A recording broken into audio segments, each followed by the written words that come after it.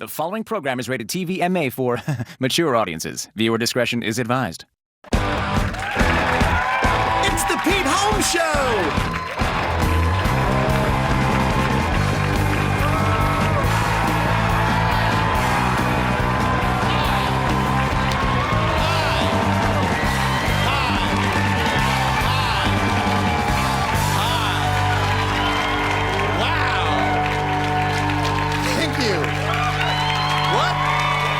What is going on? Thank you so much, everybody. Thank you. All right, we'll do a monologue. This is interesting. Some friends of mine just had a baby. A man and a woman had a baby. They made a baby. Pretty exciting. And I actually asked the fella how it felt, what it was like to be a new dad. And he kind of went, he was like, well, Peter, I could tell you, but it's just no words. There are no words for it, my friend. You would never understand what I'm feeling. I could describe it, but I would fail. So you're just going to have to wait for it to happen to you. Yeah. No, I don't. Yeah, just because I don't have kids doesn't mean I don't know extreme joy. I totally do. I mean, I may be childless, but I have found an onion ring hiding in my French fries. I mean... how far off can that be? So suck it. Sure, it's not fatherhood, but you bet I had some of the same feelings when I saw that little guy hiding in all the rigid ones. There's a circle. And I wanted to hold it up like Simba, like, I love that ring. And I got to eat that ring. Can you eat your baby? No. So why don't you let me tell you about joy, pal? Suck that, new parents. My point is, joy is hiding everywhere, not just in big moments, but in little ones too. It's all around you. Like, you ever pull over to park, and of all the open meters you could have chosen to park at, you choose a meter that already has time on it?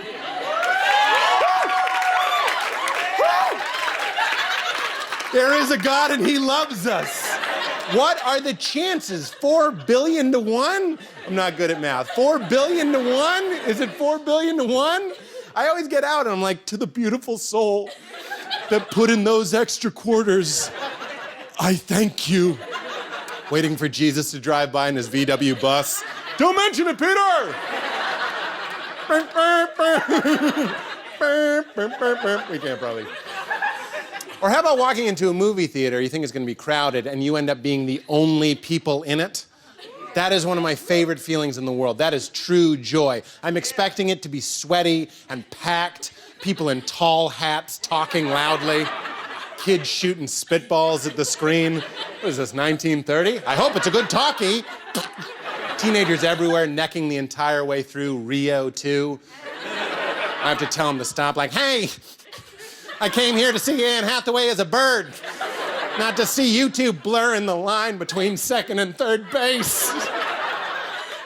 But no, you go in and it's completely empty in the theater. Suddenly I feel like a movie star billionaire with his own private screening room. It's the best. It's like, looks like this viewing of Rio 2 just became pants optional. Here's my point. You don't need something huge to happen to feel huge levels of joy. Inappropriate, illogical levels of it are everywhere. You just got to keep your eyes out. Like, ever discover a cat in a bookstore? On a rainy day? You just see him on the stacks. You're like, you feel like you're in Harry Potter. It's magical. You wouldn't even be surprised if the cat was like, nonfiction is that way. Puts on glasses and walks through the wall. Demon cat! That's got to be as good as having a baby, right? We got a heck of a show tonight, everybody. One of my favorite comedians, Gulman, will be here live in studio. And when we come back, I'll be talking to Martellus Bennett from the Chicago Bears. Stay tuned!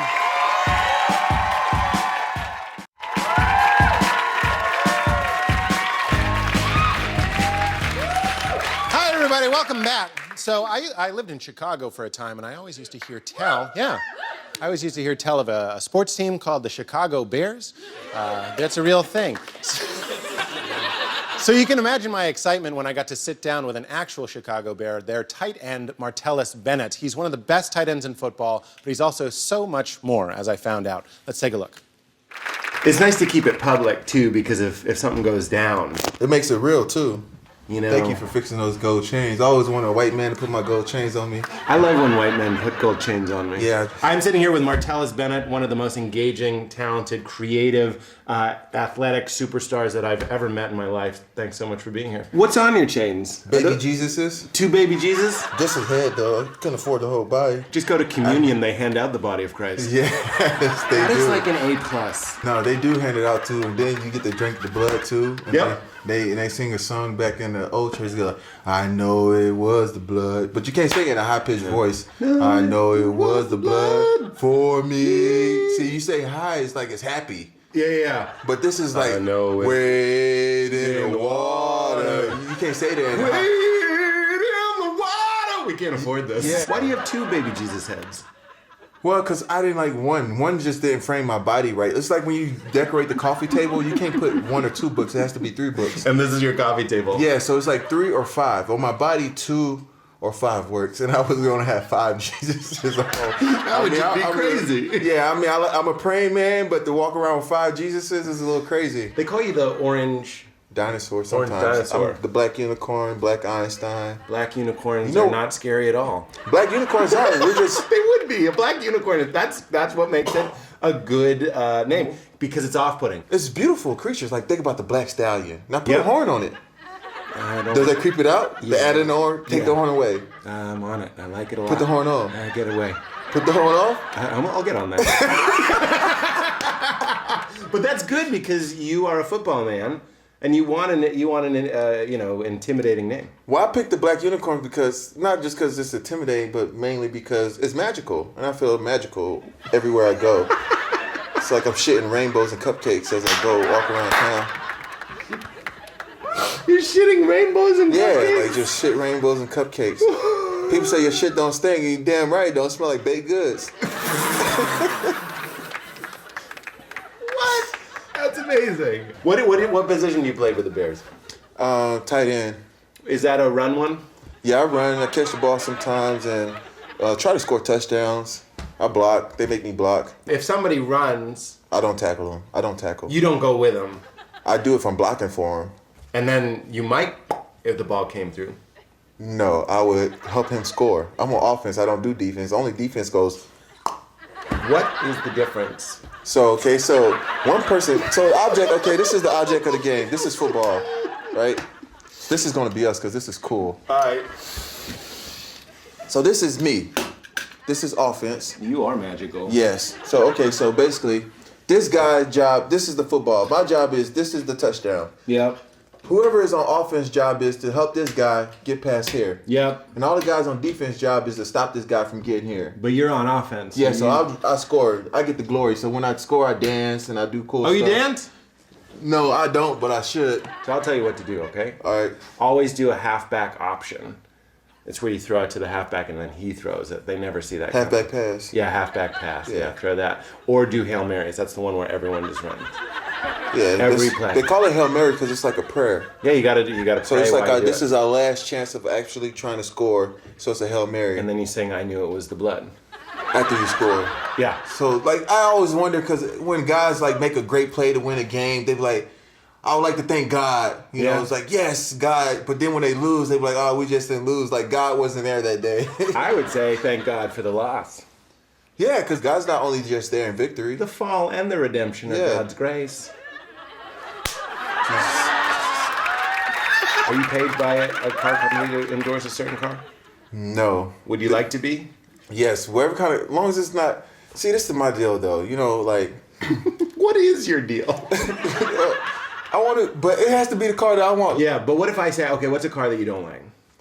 I don't like the Prius. I'll give you $10 million to drive a Prius in the commercial The window rolls down. Yeah, $10 million, you know, well, then I could go buy whatever car I do like. I could go buy 12 of them. We're going to write that into your contract. One day a month you have to drive around a Prius with the windows down going, I am Martellus I'm not embarrassed. Bennett. I just don't like the car. But I would put for $10 million, I would paint my name on it, right? We'll do a roll down window and go, hi, I'm Martellus Bennett. I don't like the Prius, but they gave me $10 million to say I do. All right. I got to get that music, too. Can you bebop for me a little bit?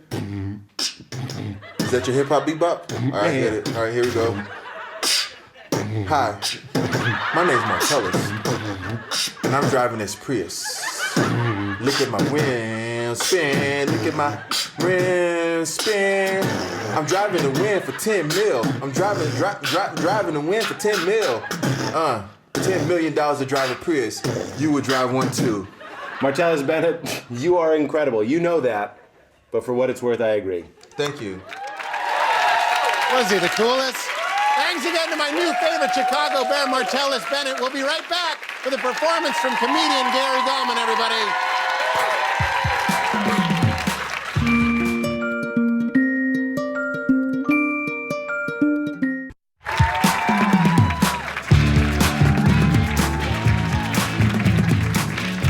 Welcome back, everybody. So as you may know, I love that I get to have comedians perform on this show. It's always a dream come true. This next guy is one of my absolute favorites. He's a friend of mine, and he's someone who I have admired since the beginning of my career. Please welcome the hilarious Gary Gulman, everybody. Gary!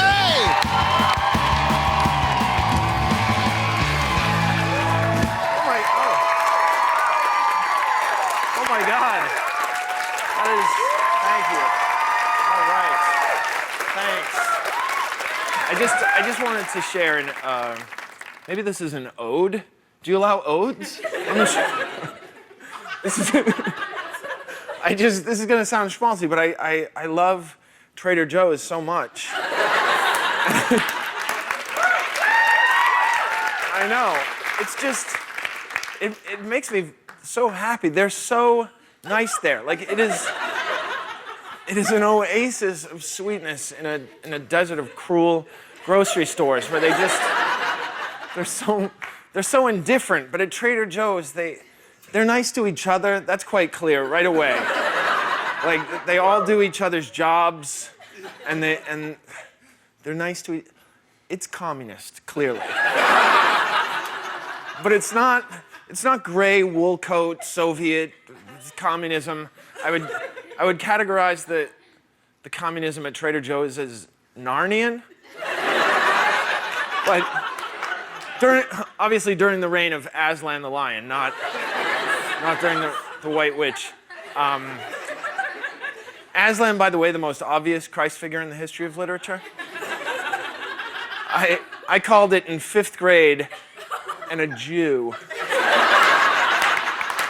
Because we were reading Lion, Witch, Wardrobe, which is my abbreviation of The Lion, the Witch, and the War. It's like, a lot of times I'll take all the articles out. We were reading Lion, Witch, Wardrobe. We got to the part where Aslan dies. And the kids were distraught. There was open weeping. And I said, hold your tears. If this goes where I think it's going, he'll be back on Sunday. So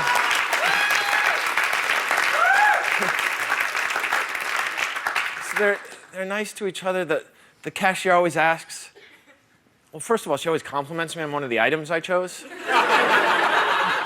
And it sounds like she does that with other people too.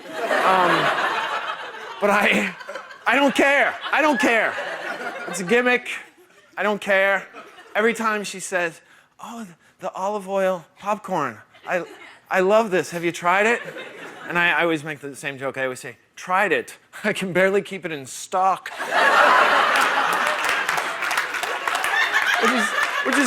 It's so silly because I don't have an inventory control issue. I'm not a buyer. So the point is that they make me so happy, and then they always say, did you find everything you were looking for today? But they mean it. Like they say it everywhere, but they're just complying with the did you find everything you were looking for Act of 2009. They say it at the other grocery stores, but they're just, the subtext is, just say yes and go. What do you want me to do? Hold up the line while we try to find your 100-calorie Oreos? Which, by the way, the 100-calorie Oreos, the secret, they're not Oreos.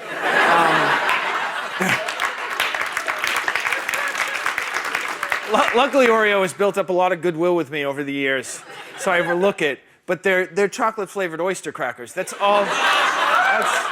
Which is great if this is a big if the soup of the day is marshmallow bisque. But it's not. It's not. It's not. It's clam chowder.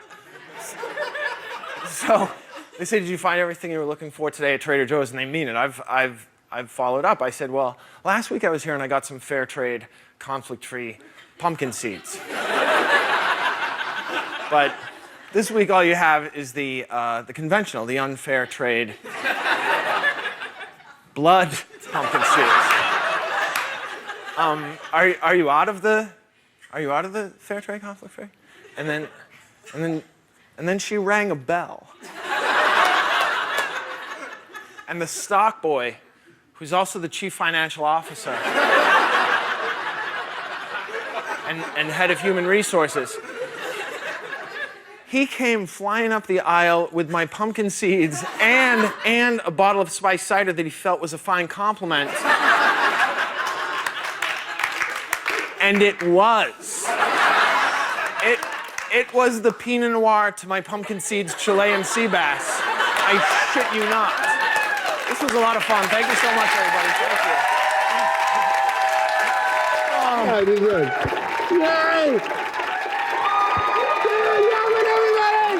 Bill and Gary right after this. That was so good. This was so fun.